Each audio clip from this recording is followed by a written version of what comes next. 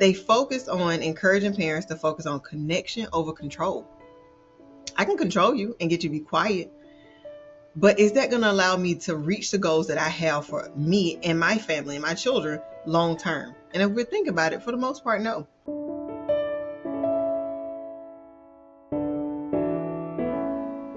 When I was growing up, there was a common saying that children should be seen but not heard. I totally get it. As a mom of 6 children, I can understand the appeal to that ideology. Because sometimes if you could just be quiet, I'll be okay. I'm not going to be mad at you if you just hush. I want to know you safe somewhere, but I don't really want to hear all the noise all the time, right? Because people talk. And I get it, especially having a toddler. My 4-year-old at that stage where he has the loudest cry, he throws tantrums, and he just, it's not just a cry. Sounds like a siren. It just grows. Like, it's not just a cry. It's like, like it grows over time.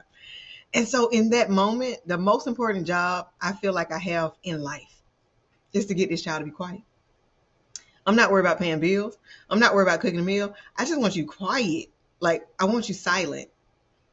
The only problem is that when I am more focused on just him being quiet than anything else, I tend to make bad decisions, right? So the chances are I probably raise my voice, yell at him, like, or just try to spank him, or like, no, stop, be quiet, or I might give in. So here's the sugary sweet that you definitely don't need, but I just want you to be quiet. So at this point, I'm just going to do whatever. Or I'm going to give you the iPad or let you watch the show that you probably don't need to be watching either. So then I back off of parenting. And so the issue is that I'm not achieving the goals that I want to have for parenting when I do it that way. That I'm achieving silence, but I'm not achieving the number one thing, which is connection. My favorite thing about my training with Jai was that they focused on encouraging parents to focus on connection over control. I can control you and get you to be quiet, but is that going to allow me to reach the goals that I have for me and my family and my children long term? And if we think about it, for the most part, no. Growing up in a time where people expected me to be silent, nobody, my parents like, hey, I shouldn't have to listen to you or know what's going on with you. When it started to matter, guess who I didn't want to talk to? My parents, right? When I'm 13, 14, I got questions. I'm curious. I'm wondering about the world. I'm going to go ask my friends because they actually, we all children together. So they actually want to hear what I got to say. So the issue is that we are creating what we don't want, because often parents are like, man, why won't my 13, 14, 15-year-old talk to me? The question is, what happened when they was a toddler?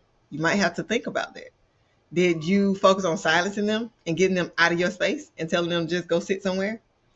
And so they already learned that you don't want to know what they have to say. It starts early. It's not, you don't wait till they turn 13 and say, hey, let's have this great relationship. It starts as toddlers. And so we don't want that, right? I mean, we want our teenagers to talk to us. So it starts when we have little bitty babies. And so while it might have made things easier to tell children just hush in the moment, it doesn't allow us as parents to reach our long-term goals. So instead of doing that, let's do this. The first thing you want to do is just, when your toddler is having a hard time and they are screaming or sounding like a siren like mine, you just want to take a deep breath. It is normal as a person to feel initial moments of frustration in your body. So it's important to take a deep breath so you can regulate your own self before you try to interact with the child. And so just simple. Yeah. So now you feel better. You feel more like, okay, I'm together. My nervous system isn't aggravated, right? Because their nervous system is dysregulated. And if yours is dysregulated, the chances are it's combustible once it comes together. So the first thing is just take a deep breath. Pause for a second. Don't just react, because often we're going to get it wrong.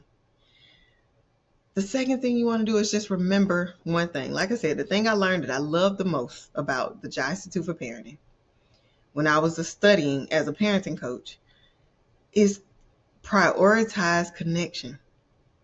And one way to do that with the toddler who's screaming is to just go close. So after you feel, lean in, get closer, go to their height or where they are. Hey, excuse me. But like I say this literally as calm as possible. And a lot of times people are like, how is that going to work? It works. As calm as possible. Can you tell mommy what's going on? What happened? Because mama want to make sure it's okay. You got to tell me. I can't hear you, buddy. So go on and tell mama what's going on. Mama want to hear it.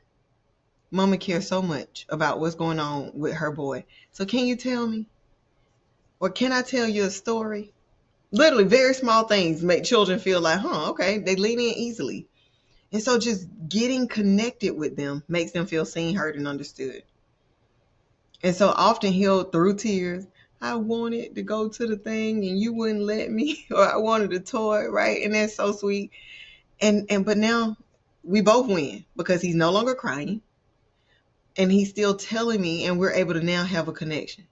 So I go close, right? Or say, can I give you a hug? Or can mama hold you? And almost 100% of the time they say yes. Sometimes no. And I was like, it's okay. Hopefully I can get a hug soon because mama love her son. You're such a good son. I appreciate you, right? And so he notices that I'm engaged and I'm interested. And so that initial thing, so after I take a deep breath, I connect. And I'm regulated enough to do so. A lot of times, take him in my arms. And he's heavy, but I'll do it anyway. Most of the time, if I ask him if he want me to hold him, he'll say yes. Because he needs connection. He's dysregulated. He needs somebody to help him regulate. The last thing is simple. Just communicate at that level, at their level. So affirm them where they already are. So are you frustrated? Remembering that they are children and they're actually doing what they're supposed to do. So are you frustrated, buddy? Are you feeling overwhelmed? I often say things like that. Are you feeling overwhelmed? And he'll say, yeah. So he literally almost always stopped the crying. And because the connection is the goal. The connection is what he needs. Even if he's not thinking about it, it's what a toddler needs. And so take a deep breath, connect with them on their level, communicate with them on their level. One of the main reasons why so many parents honestly dislike parenting is because there's a disconnect between their expectations and the reality. I have to let parents on a secret all the time. Children act like children, right? You would think this is old news, but for some reason in our culture, we treat it like it's a surprise. Children act like children. And so we have to be okay with the fact that they're going to act like children. So instead of expecting them to act like adults, like no child's going to, instead of falling out on the floor, 3 or 4, say, pardon me, I would like to discuss how dysregulated I am. Now, honestly, you keep showing them and communicating with them, they will do that. Because my children now are like, oh, I'm feeling overwhelmed, But for the most part, they're doing what they're supposed to do. And so when we honor that, we can focus on leaning into connection over control. And that we can reach long-term goals of connection and relationship with our children. And that is what we all want.